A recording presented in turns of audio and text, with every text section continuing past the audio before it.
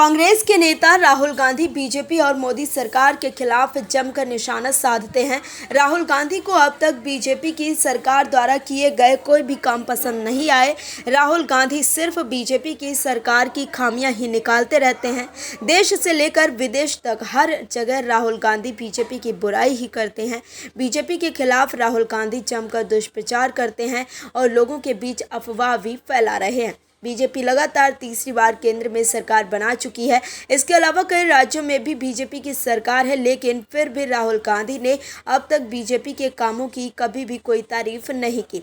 राहुल गांधी हमेशा बीजेपी की सरकार की बुराई ही करते हैं, लेकिन अब कांग्रेस में राहुल गांधी के विचारों के खिलाफ आवाज़ उठ रही है। राहुल गांधी वीर सावरकर पर जमकर निशाना साधते हैं, लेकिन कांग्रेस के वरिष्ठ नेता सुशील कुमार शिंदे की आत्मकथा में स्वतंत्रता सेनानी वीर सावरकर की तारीफ की गई है। वीर सावरकर को लेकर कांग्रेस सांसद राहुल गांधी कई बार बीजेपी और आरएसएस को चुभने वाले बयान भी दे चुके हैं।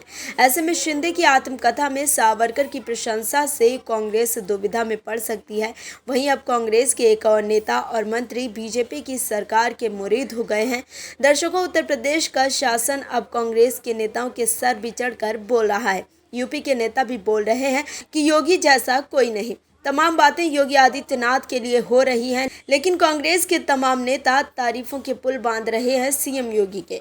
ये कांग्रेस के हलक के नीचे नहीं उतर रहा है। दर्शकों, सीएम योगी ही यूपी के लिए उपयोगी, ये बात धीरे धीरे कांग्रेस के नेताओं को भी समझ में आने लगी है और वाकई में यूपी में लगातार काम हो रहा है। इस बात की तस्दीक खुद कांग्रेस के नेता ही कर रहे हैं। एक तरफ तो राहुल गांधी सीएम योगी की निंदा करते हैं कि वो कोई काम नहीं करते, तो दूसरी तरफ उन्हीं के नेता उनकी आंखें खोल रहे हैं और बिन कहे कह रहे हैं कि सावन के अंधे मत बनिए।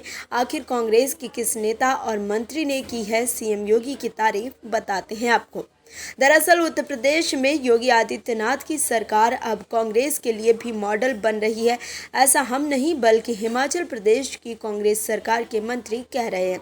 हाल ही में सुकू सरकार में शिक्षा मंत्री रोहित ठाकुर ने यूपी के शिक्षा मॉडल की जमकर तारीफ की है। इसके साथ ही उन्होंने यूपी के शिक्षा मॉडल को हिमाचल प्रदेश में भी लाने की बात कही है। बता दें कि ये पहली बार नहीं हुआ है जब कांग्रेस के किसी मंत्री ने यूपी के योगी मॉडल की तारीफ की है। इससे पहले ही सुकू सरकार के मंत्री विक्रमादित्य ने यूपी की तरह हिमाचल में भी रेहड़ी वालों के लिए नेम प्लेट अनिवार्य करने की बात कही थी। हालांकि बाद में उन्होंने अपने बयान का खंडन किया था। दरअसल हिमाचल प्रदेश में कांग्रेस की सरकार है।